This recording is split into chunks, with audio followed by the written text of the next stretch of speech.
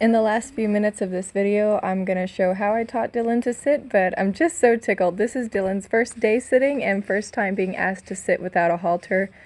He just could not be a cooler type.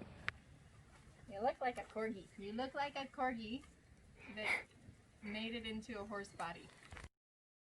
A few days after this video was filmed, I went ahead and built up a corner of the playground arena for it to be an addition to our ever-growing confidence course here in Seguin, Texas.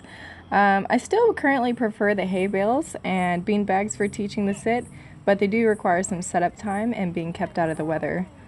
It was super special because the day that I built this, Sadie came out to visit Dylan. Sadie is Dylan's prior owner, and I thought it was just so special for her to be part of this session where we taught Dylan to sit on the new mound for the first time.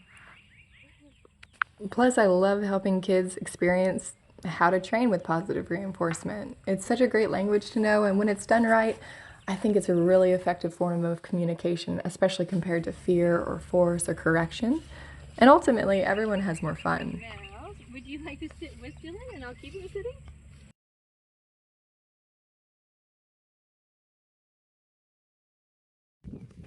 Now I'll show the process of teaching Dylan to sit.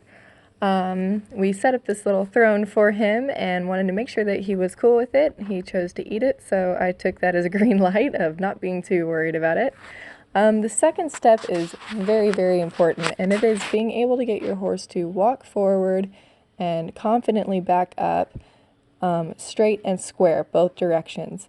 The reason for that, it's less about the body and it's more about the mind. The feet are indicators of the mind on this. If your horse is being really squirmy walking backwards and really squirmy walking forwards, it typically is because they can't see directly behind themselves, and so when they have something behind them in their blind spot, they're trying to look over each shoulder to see the thing that they're worried about. As they get less worried about having something behind them, you'll find that their feet just walk forward smooth and straight, and backwards smooth and straight. I'm just going to reiterate, the measure of success in this is how relaxed your horse is in each step.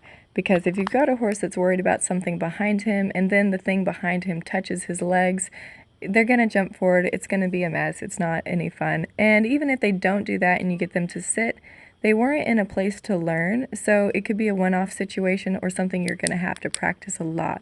So take the time early on. I'm promising you, we literally just built this obstacle. I've not worked on sitting with this horse, and I have not worked on especially this obstacle since it's not existed until about 10 minutes ago. I said that to really emphasize the fact that this is not a behavior I go out expecting to get in 3 minutes. Dylan's very confident and relaxed right off the bat, so we were able to move a lot faster today than is normal. With a less confident type horse, you might spend a couple days on each step to get this amount of relaxation, and that is really the essential ingredient here. So here, if I can just get good night, he's gonna just sit. He's already sitting on it. Oh my god! People are gonna think that I like practice this. Again, Dylan's just being a wonderful demo for this behavior and picking up on everything very quickly.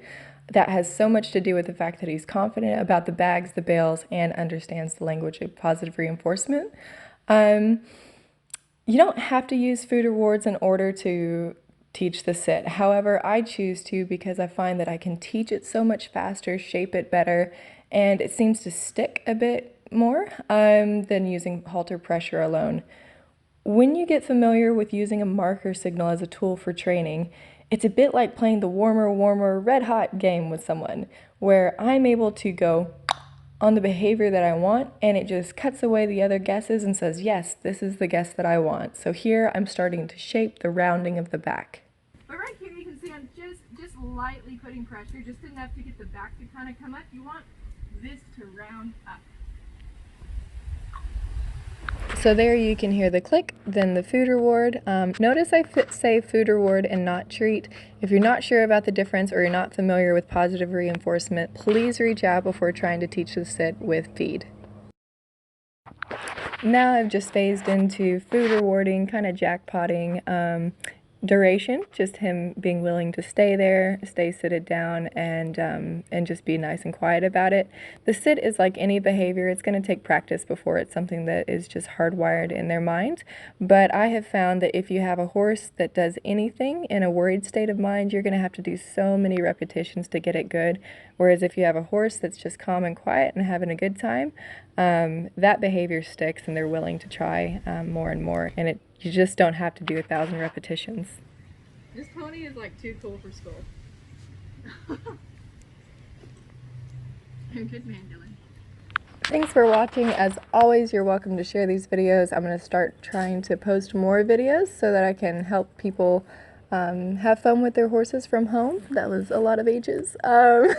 If this video didn't quite cover everything you needed, please reach out to me personally. I'd love to help you and your horse have success with the sit.